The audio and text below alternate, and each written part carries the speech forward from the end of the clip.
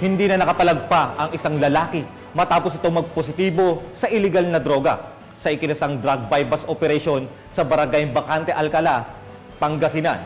Ang balita mula kay Patrolman Dennis Carinal. Alang siya buong samsam sa isang street level individual sa ikinasang drug bypass operation ng Alcala PNP kasamang PDEA Pro 1 sa Zone 5 Barangay Bacante, Alcala, Pangasinan. Ito lamang 17 ng Hunyo taong kasalukuyan.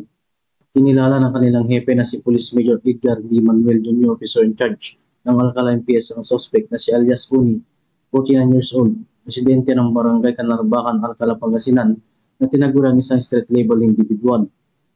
Sa naturang operasyon na samsam mula sa suspect ang 2 kit cell transparent plastic sachet ay inihinalang shabu na may timbang na 0.5 grams na may halagang 3,400, 1 piece genuine 100 bilang bypass money, 2 pieces 1,000 bilang budol money, 1 piece sky blue red cellphone, 1 red lighter, 2 pieces empty packs of Marlboro cigarette, at 1 red white Rosy Y100 motorcycle. Maharap ang suspect sa paglabag sa Article 2, Section 5 and 11 ng RA 9165 o Comprehensive Dangerous Drugs Act of 2002.